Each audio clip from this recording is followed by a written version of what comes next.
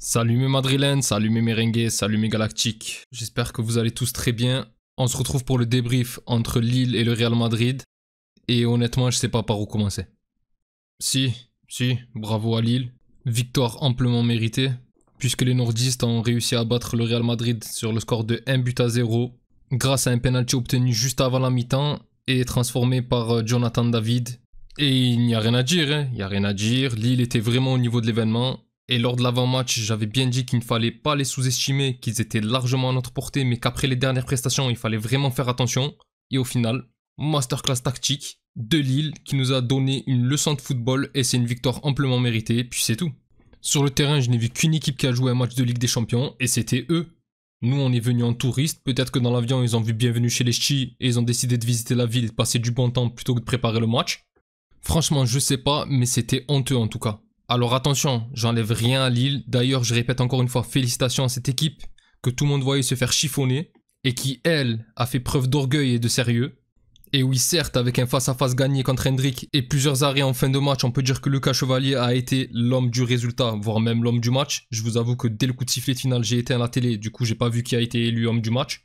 Mais la prestation de ce soir, j'espère vraiment qu'elle va servir à créer un électrochoc parce que la saison est lancée depuis un moment, on est déjà en octobre. Et on n'a toujours pas un match de haut niveau qui rassure.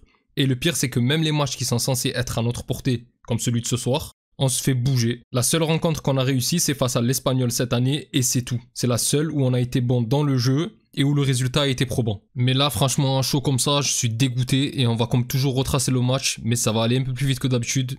Sinon, c'est juste les émotions qui vont parler, et je vais m'emporter, et je risque de dire n'importe quoi. Alors déjà pour l'avant-match, là où moi je voyais un 4-3-3, car bon, malgré la surprise, je nous voyais vraiment au-dessus et je me suis dit autant booster l'attaque. D'ailleurs, au vu du match, ça aurait été mieux, car au final sur les côtés, seuls les latéraux étaient présents et parfois Vinicius sur le côté gauche. Mais bon, Carlo Ancelotti s'est montré un peu plus prudent avec un milieu à 4 et sur le papier, ça reste une bonne option, hein. On densifie le milieu avec une compo en 4-4-2, avec un milieu en losange, un Bellingham derrière Hendrick et Vinicius, la présence de Camavinga qui m'a vraiment fait plaisir d'ailleurs, malgré sa main qui apporte le penalty, je trouve qu'il a fait plutôt un bon match. Et enfin, changement également en défense avec Lounine à la place de Courtois qui a été blessé à la cuisse et l'Ukrainien aussi a été très bon. Mais bon, sur papier, 4-4-2 ou 4-3-3, on a quand même une équipe qui a de la gueule, Ancelotti n'a pas fait d'innovation incroyable, il n'a pas joué avec le feu. Moi personnellement je partais plutôt serein sur cette rencontre et je me disais au pire il y a Rodrigo, Güler et Mbappé sur le banc, si ça tourne mal on peut toujours les faire rentrer pour rajouter du danger. Sauf que dès l'entame du match on a vu que les Lillois n'étaient pas là pour faire de la figuration, ils sont rentrés dans la rencontre avec beaucoup de culot et sans pour autant refuser le jeu, un pressing haut qui nous a bien dérangé et bien bloqué durant une bonne partie de la première mi-temps, avec un Zegrova en feu. Lui, je pense qu'il a compris que c'était ces matchs où il fallait se montrer. Bien poussé par le stade, d'ailleurs très belle ambiance. Et au début je me suis dit bon allez, comme d'habitude on fait un début de match claqué, mais ça va aller. Car certes ils ont beaucoup dominé mais ils n'étaient pas non plus extrêmement dangereux. Et le peu d'action ont réussi à se créer des occasions, arrivaient souvent à la suite d'erreurs de perte de balles des Lillois et des récupérations hautes de Bellingham. Ce qui est déjà une anomalie en soi, mais bon, c'est pas la première mi-temps de l'année qu'on rate et on s'habitue même à la médiocrité. Pourtant, il y avait des signes. Déjà en premier lieu, une action de Hendrick où le Brésilien fait une percée et où il rate son 1 contre 1 face à Lucas Chevalier. Malheureusement, au bout de l'action, le Brésilien lui tire dessus. Action qui me semblait anecdotique au bout de 20 minutes de jeu, mais qui après coup est un petit tournant du match, puisque 5 minutes après, énorme occasion pour Lille, avec un centre de Zegrova sur Jonathan David seul dans la surface, qui met une tête très bien bloquée par 2 fois par Lounine, arrêt qui nous permet de rester sur un score vierge malgré la domination, mais qui à ce moment-là redonne un coup de boost aux Lillois. À la suite de cette action, on verra que les nordistes s'imaginent déjà faire un coup et osent vraiment bousculer une équipe du Real qui, elle, est recroquevillée et qui, malgré un milieu à 4, se contente pour la plupart des attaques de jouer sur des passes longues afin d'essayer de toucher Hendrick ou Vinicius dans le dos d'une défense de Lille vraiment bien en place. Sauf qu'à force de subir, la défense va craquer. Et juste avant la mi-temps, sur un très bon coup franc de Lille obtenu encore une fois par Zegrova qui nous a vraiment fait des misères. Main de Camavinga dans la surface, involontaire certes, mais elle y est. Et après l'intervention de la VAR, penalty pour Lille, tiré par Jonathan David, qui transforme pour le 1-0. Et franchement, au vu de la mi-temps, c'est amplement mérité. Et le pire, c'est qu'en plus de ça, on a eu l'occasion de directement égaliser juste après, avec une balle en profondeur pour Vinicius. Mais encore une fois, une belle intervention de Chevalier et Hendrick qui avait bien suivi va se rater totalement sur sa tentative de frappe. J'ai pas vu le ralenti, je ne sais pas si ça frappait contré ou pas, mais cela étant dit, l'arbitre siffle la mi-temps avec 1-0 pour Lille. Au retour des vestiaires, on se dit que ça va être chaud, que Lille risque désormais de jouer le bus pour préserver son avance.